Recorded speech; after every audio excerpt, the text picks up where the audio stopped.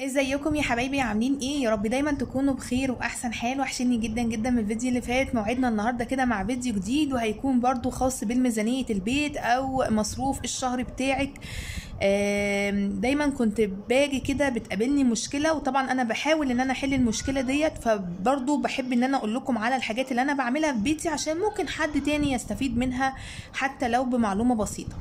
طب ايه هي يا منى المشكله اللي كانت بتواجهك؟ المشكله ان انا كان ساعات بيجي كده عليا اوقات، او مثلا اخد ميزانيه البيت انزل اصرف 1 2 3، اجيب خزين، اجيب منظفات، اجيب لحوم، اجيب حاجه مشتريات الاسبوع، ادفع الفواتير، ادفع الحاجات الاساسيات اللي عليا، الدروس، الحاجات اللي زي دي كلها. اجي بعد اول اسبوع بالظبط اجي الاقي نفسي صرفت 3/4 المصروف، يمكن 80% من المصروف. طبعا دي حاجه بتضايق جدا. اجي بقى قدامي يجي 3 اسابيع وكام يوم، طبعا لان الشهر بيبقى 4 اسابيع مثلا، يا اما 3 ايام زياده يا اما يومين زياده وهكذا. فبيبقى طبعا يعني قدامي ايام كتير قوي قوي ومعايا مبلغ بسيط جدا جدا. المشكله دي كانت دايما بتواجهني وما زالت ساعات برضو بتواجهني، بس طبعا بدات ان انا احط قيود شويه على مصروف البيت، ان انا احكم نفسي او اتحكم في نفسي ازاي ان انا مصرفش اول الشهر كل الفلوس اللي معايا. الفيديو بتاع النهارده هعلمك ازاي تحطي قيود على مصروف الشهر بتاعك او مصروف البيت، بحيث ان انت ما تصرفوش كله اول الشهر، وفي نفس الوقت هتجيبي كل حاجه انت عاوزاها. اهم حاجه ما تنسوش اللايك، الدعوه الحلوه، وكمان الكومنت الجميل ازيك بتكتبيه تحت في التعليقات على الفيديو، وعلى الدعاوي الجميله اللي انتوا بتكتبوها لي. شكرا جدا جدا ليكم. يا رب دايما اكون عند حسن ظنكم، واقدر ان انا افيدكم دايما باستمرار في قناتي المتواضعه، علشان يكون خير يعني صدقه جاريه كده بعد ما اموت ان شاء الله. خلاص، فيلا كده بينا نبدا الفيديو على طول عشان ما يبقاش طويل. يلا بينا نبدا في الفيديو على طول علشان ما يبقاش طويل. طبعا الاجنده دي انا ببقى كاتبه فيها كل حاجه بعملها لكم. طبعا انا كنت نزلته الفيديو اللي فات يعني قبل ده على طول، هو تقسيم ميزانيه البيت، وقلت لكم ازاي تقسموها بطريقه معتدله مبسطه مريحه جدا جدا. لو اتبعتي النظام ده هيفرق معاكي كتير جدا. ولو حد تبع النظام ده يكتب لي تحت في التعليقات ويقول لي عمل ايه، هل فعلا ريحه ولا لا، هل فعلا حاسس ان بيته دايما فيه خير ولا لا، ويعني ايه اللي تبع الطريقه دي. واللي ما شافش الفيديو طبعا يروح يشوفه عشان هيكون فيديو مهم جدا ومترتب عليه النظام بتاع النهارده ده، ازاي احط قيود على مصروف البيت للتحكم فيه طول الشهر. طيب احنا مبدئيا كده بعد ما قسمنا المصروف لاقسام، يعني احنا دلوقتي خلاص خدنا المصروف بتاعنا وخدنا ميزانيه بيتنا الحمد لله. طبعا بنقول كده اي ايه قرانيه عليه عشان ربنا يبارك فيه. طبعا الصدقه انا ما بحبش اتكلم عنها، لان طبعا كلنا عارفين ان لازم يكون في صدقه بتطلعيها اول الشهر. انا هتلاحظوا في فيديوهاتي ما بتكلمش عن الصدقه، لان الصدقه دي حاجه بينك وبين ربنا، انت بتطلعيها كل شهر. خلاص، بعد ما بتطلعيها بقى بتبداي ان انت تقسمي القسمين اللي احنا قلنا عليهم دول، وتبداي ان انت تحطي في كل بند من البنود المبلغ اللي انت حاطاه. طيب خلاص، احنا اتكلمنا في الموضوع ده وعرفنا المصروف هنقسمه ازاي. طيب ازاي بقى نتحكم في طول الشهر علشان ما ناخدش الفلوس نصرفها كده كلها اول الشهر ونقعد من غير حاجه خالص او بمرتب بسيط جدا؟ طبعا دي حاجه بتضايقني قوي قوي، وببقى عايزه اللي هو لا، النظام كده ده نظام فاشل. عشان طبعا انت ماليه بيتك وكل حاجه، قدري يجي عليك ظرف محتاجه فلوس، هتعملي ايه؟ قدري مثلا في اكله معينه هفت على دماغك عايزه تاكليها وانت مش معاكي فلوس، هتعملي ايه برضو؟ وهكذا. خلاص، فاحنا بعد ما بنقسم مصروف البيت لاقسام هنخلي بقى ايه؟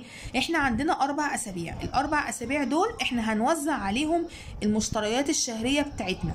يعني مش اول ما نيجي ناخد المصروف نبدا ان احنا ننزل ونجيب حاجاتنا كلها ونلاقي الدنيا كده ساحت كده مننا، لا. احنا عندنا ال4 اسابيع هنقسمها. يعني اول اسبوع هنجيب فيه اللحوم ونفرزها ونتبلها ونشيلها في الفريزر، زائد مشتريات الاسبوع الاول اللي هي الخضار والفاكهه والعشاء والجبن والبيض والحاجات اللي زي دي. ده بالنسبه لاول اسبوع. طيب تاني اسبوع معانا هنعمل فيه ايه؟ هنجيب فيه الخزين والمنظفات زائد مشتريات الاسبوع بتاعتنا اللي هي بتاعت الاسبوع التاني. طبعا احنا اول اسبوع هنكون كاتبين ايه اللحوم اللي احنا عاوزينها، هنتكلم في النقطه دي بعد كده. خلاص، وبالتالي هتبداي ان انت تنزلي مثلا تجيبي في يوم الفراخ وتطلعي تتبليها وتفرزيها وتشيلها في الفريزر، يوم تنزلي تجيبي فيه اللحوم والسمك وتتبليه وتفرزيه، كده يومين في الاسبوع، واليوم الثالث هتجيبي فيه مشتريات الاسبوع. باقي الاسبوع طبعا انت بتشوفي بقى الشقه بتاعتك، بتشوفي اولادك، بتشوفي نفسك، وهكذا. الاسبوع التاني دوت انت هتجيبي فيه الخزين والمنظفات، ممكن تجيبي الخزين لوحده في يوم، ممكن تجيبي المنظفات لوحدها في يوم، ده لو انت عاوزه، او ممكن تجيبي حاجه السوبر ماركت اللي هي الحاجات اللي بتتباع في السوبر ماركت مع الخزين في مره، واليوم التاني مثلا تجيبي الحاجات بتاعه العلافه اللي انت ممكن تجيبيها من عند العلاف في السوق. يعني مثلا هتاخدي لك يومين تجيبي فيهم خزينك ومنظفاتك، واليوم التالت برضو هتجيبي فيها حاجة الاسبوع التاني. يبقى انت كده قسمتي المجهود او الفلوس كمان على الاسابيع، فبالتالي هتحسي ان انت لحد الاسبوع التاني انت لسه معاكي فلوس. خلاص.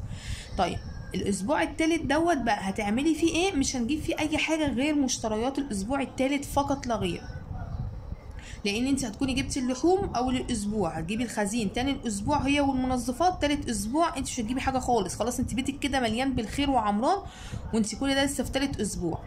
طيب رابع اسبوع بقى هنعمل ايه؟ هنجيب فيها لوازم البيت زي ما اتكلمت معاكم، واللي ما يعرفش يعني ايه لوازم البيت يروح يشوف الفيديو اللي هو بتاع تقسيم ميزانيه البيت هيفهم انا قصدي ايه.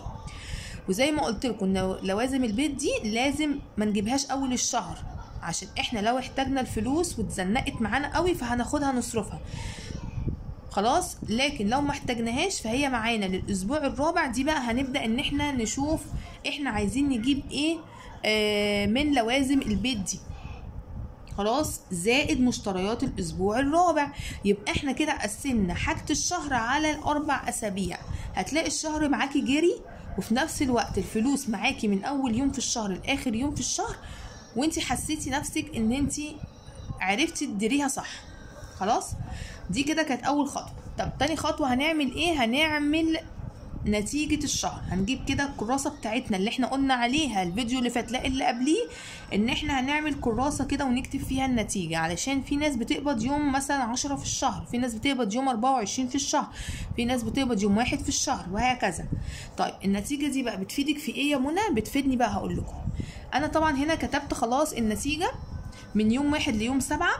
كمان بعمل خانة إضافية. الخانة الإضافية دي بعد مثلا النهاردة السبت بعمل صح، الحد الاثنين الثلاثة الأربع الخميس الجمعة، خلاص كده الأسبوع خلص، بعمل قدام الأسبوع صح، إن أنا كده خلاص الأسبوع الأول عدى بكل مراحله، بكل أكلاته، بكل التزاماته، بالتنظيفات. طبعا لو أنت حابة تكتبي كمان جدول التنظيفات بتكتبيها في الشهر بتاعي اللي أنت بادئة فيه. خلاص، أنا بصراحة ما بحبش أكتب جدول للتنظيفات. انا ياما كتبت وبحس ان انا ساعات ما بستمرش عليها فبيجي لي احباط. لا، انا وقت ما بحس نفسي ان انا عندي نشاط بقوم اعمل، ما عنديش خلاص. دي فايدة ان احنا نعمل نتيجة الشهر. دي تاني خطوة. طب تالت خطوة معانا ايه؟ ان احنا هنقسم اللحوم على عدد المرات خلال الاربع اسابيع. طب يعني ايه يا منى الكلام ده بقى؟ فهمينا النقطة دي. بصوا، انت دلوقتي نزلتي جبتي اللحوم بتاعة الشهر وخلاص، انت ما بتبقيش عارفه انت عايزه ايه تجيبيه اول الشهر، فانت بتنزلي كده عشوائي وتجيبي مثلا فرختين، على نص كيلو لحمه، على كيلو مفروم، على اكلتين سمك، على كذا كذا كذا. خلاص، فاحنا هنرجع البيت بعد ما نكون كتبنا، بعد ما نكون جبنا اللحوم بتاعتنا، فاحنا هنعمل ايه بقى؟ هنجيب ورقه ونكتب الفراخ مثلا هتكفينا 4 مرات في الشهر. ده طبعا بعد ما تكوني نضفتيها وتبلتيها وخلاص عرفتي انت عندك كام وجبه فراخ. اللحمه مثلا لقيت ان انا عندي 3 مرات في الشهر، المفروم مثلا 4 مرات في الشهر، السمك مرتين، مثلا جبت كبده الشهر ده فهتكفيني مرتين، وهكذا. هتجمعي العدد ده مثلا مثلا هيكفيكي 20 يوم في الشهر، فبالتالي احنا هنبدا نعمل عليهم المنيو. خلاص، يعني انت مثلا لو 20 يوم في الشهر 20 مره هتاكلي فيها لحوم على الاربع اسابيع، يعني كل اسبوع 5 مرات لحوم.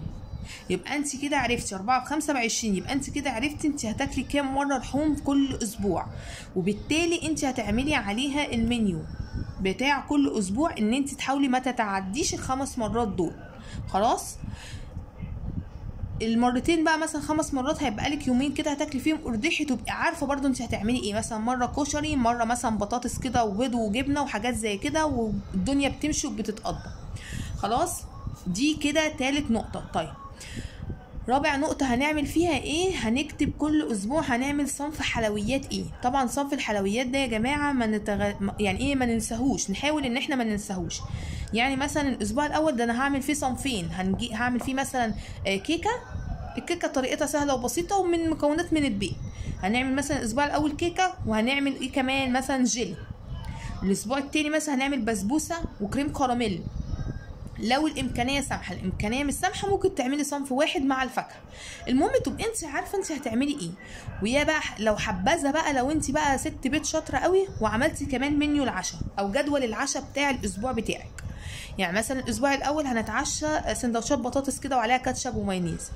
اليوم الثاني هنعمل مثلا كريب بالسوسيس زي ما انا ما بعمل كده. اليوم الثالث مثلا هنعمل فيه هناكل بيه بواقي الكيكه اللي احنا كنا عاملينها. اليوم الرابع هنعمل فيه مثلا رز بلبن نتعشى بيه. خلاص اليوم الخامس وهكذا. وممكن يجي عليكي ايام ما تتعشيش فيها، فيعني دي حاجه بقى ترجع لك انت. طيب اخر نقطة معانا في الفيديو هي ايه؟ ان احنا بنكتب اي ملاحظات خلال الشهر. خلاص هنكتب اي ملاحظات احنا لاحظناها في خلال الشهر. مثلا دفعت مية. بصوا انتوا هتعملوا برضو جدول كده ويكون متقسم اللحوم قدامها كده مربع صغير عشان لو جبت اللحوم اعمل صح. خزين اسبوع اول، اسبوع تاني، اسبوع تالت، اسبوع رابع، كهرباء، ميه، دروس، ايجار. طبعا حسب بقى زي ما قلت لك الاساسيات اللي انت ملتزمه بيها. اي حاجه دفعتيها اعملي صح قدامها، بحيث ان انت برضو ما تنسيش. ولو نسيتي تبصي في الورقه دي، يعني انا ساعات كتير جدا بيجي عليا شهر مثلا اقول ايه، هو انا جبت التموين الشهر ده ولا نسيت؟ ايه اللي هيفكرني؟ هو الورقه. ان انا مثلا لو جبت التموين هعمل قدامه صح. فانا لو ناسيه هبص في الورقه هلاقيني عامله صح، يبقى انا كده لا انا جبته. ليه؟ لان انا ساعات بجيبه اول الشهر، ساعات بجيبه في نص الشهر، ساعات بجيبه اخر الشهر، فما ببقاش فاكره اصلا. فانت لو عملتي الورقه دي او الجدول دوت قد ايه هيفيدك جدا جدا جدا. يبقى انت كده منظمه حياتك بالورقه والقلم، منظمه اكلات الشهر، منظمه جدول الحلويات والعشاء والفطار. طبعا انا عن نفسي الفطار باكل اي حاجه، يعني ما بيبقاش في حاجه معينه. ونحاول على قد ما نقدر ان احنا ما نقيدش نفسنا قوي يعني في جداول كتير، عشان لو ما التزمتيش بيها او مثلا ما عملتيهاش ما ترجعيش تزعلي. لا، خلي الحياه سلسه وبسيطه. يعني مثلا الحاجه اللي انت تكتبيها في الورقه الحاجات المهمه قوي، يعني مثلا زي الحاجات اللي انت بتدفعيها في الشهر ديت عشان ما تنسيهاش. زي مثلا لو بتدي دروس تبداي ان انت تشوفي جدول الحصص بتاع اولادك عشان ما تنسيش انت دفعتي يوم ايه ودي الحصه بكام وهكذا. بصراحه انا مقصره قوي في حته الجداول بتاعه الدروس دي، بس انا ناويه اعملها عشان انا من نوع النسايه جدا. خلاص برضو لو انت مشيتي على الحاجه بتاعت اول الشهر دي، ان كل اسبوع تجيبي حاجه معينه من حاجات الشهر اللي عليكي، هتفرق معاكي جدا. هتحسي ان انت فعلا قدرتي ان انت تحطي قيود على مصروف البيت، او ان انت قدرتي تتحكمي فيه، ما صرفتيش كله وقعدتي كده فاضيه بقى طول الشهر مش وراكي حاجه، او معنى اصح الفلوس خلصانه. لا، احنا نقسمها صح، وقبل ما ننزل نبقى عارفين احنا عايزين نجيب ايه، سواء خزين، منظفات، لحوم. احنا عارفين احنا عايزين نجيب ايه. لوازم البيت دي خليتها الاسبوع الرابع ليه؟ علشان لو لا قدر الله احتجتها قوي هاخدها اصرفها، ما احتجتهاش يبقى دي هجيب بيها في الاسبوع الرابع لوازم البيت. وزي ما قلت لكم لوازم البيت دي بتبقى شهر وشهر، شهر للبيت وشهر ليا. ما شافش الفيديو بقى يروح يشوفه عشان يفهم انا قصدي ايه. يا رب يكون النهارده الفيديو عجبكم، استفدتوا منه، واشوفكم على خير فيديو جديد. مع السلامه.